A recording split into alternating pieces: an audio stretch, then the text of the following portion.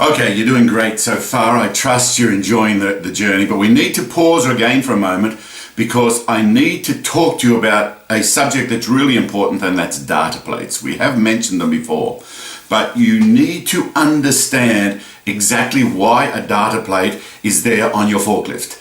And so I need you to take some time, think carefully, go through the questions well and read the materials. On the data plate, every forklift has a data plate, and if it doesn't have a data plate or if you can't read it, you're actually not permitted to use the forklift. You need to tag it out of service, you need to remove the key, you need to report it to your supervisor. It has to be fixed before you can use the forklift. Now, the thing you need to understand about a data plate is that it contains important information about the use of the forklift, and in particular, it describes to you what we call the rated capacity.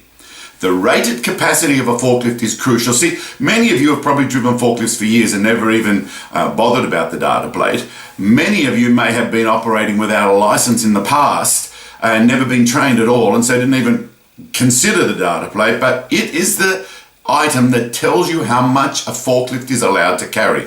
What is the capacity of a forklift? What is this forklift rated to be allowed to carry? That's what I want to talk to you about now.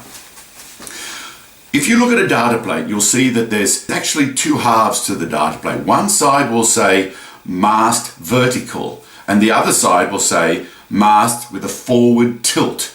And when you look at the different information written on there regarding the capacity of the forklift, they are different.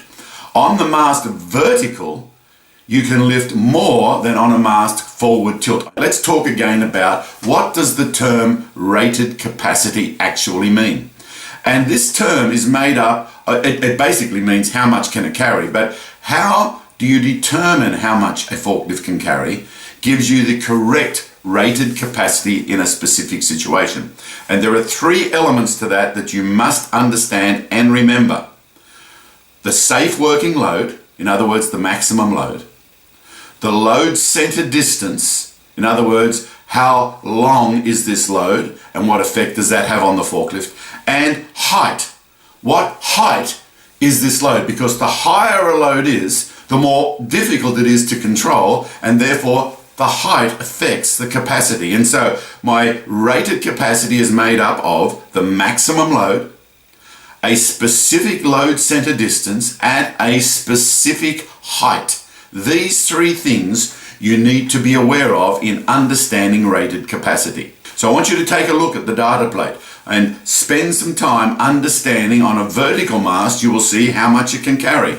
Now compare it to the mast forward tilt side of the data plate, and you will see that it says the safe working load part is a lesser rate.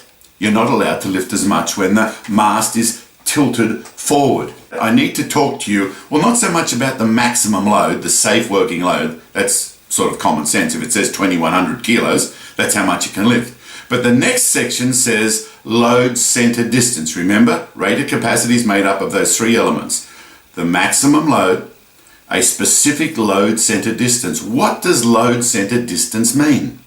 Well, the load center distance is the distance measured from the vertical face of the forks, not from the load carriage, not from the load guard, but from the vertical face or the heel of the forks, the distance measured to the center of the load's center of gravity. It's the distance measured from the vertical face of the forks to the load's center of gravity. So if you're carrying something on a standard pallet here in Australia, 1200 long, the center is going to be at 600.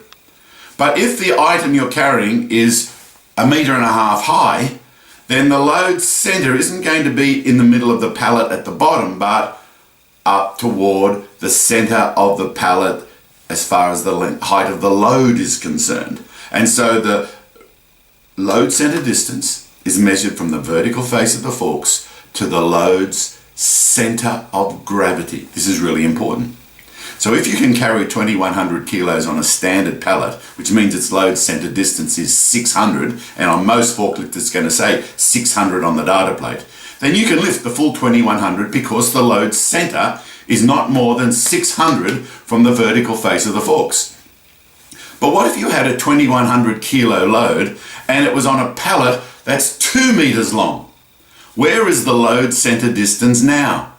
Well, of course, the load center distance isn't going to be at 600. You've got to increase the load center distance out to 1 meter to be central to a 2 meter pallet. If you've increased the load center distance, you can't carry 2100 kilos anymore. Whenever you increase the load center distance, you have to decrease the capacity of the forklift. Well, I hope this makes some sense to you. Please read through the materials, answer the quiz questions, get the answers down on your practice questions, and we'll talk again. The whole world smiles with you.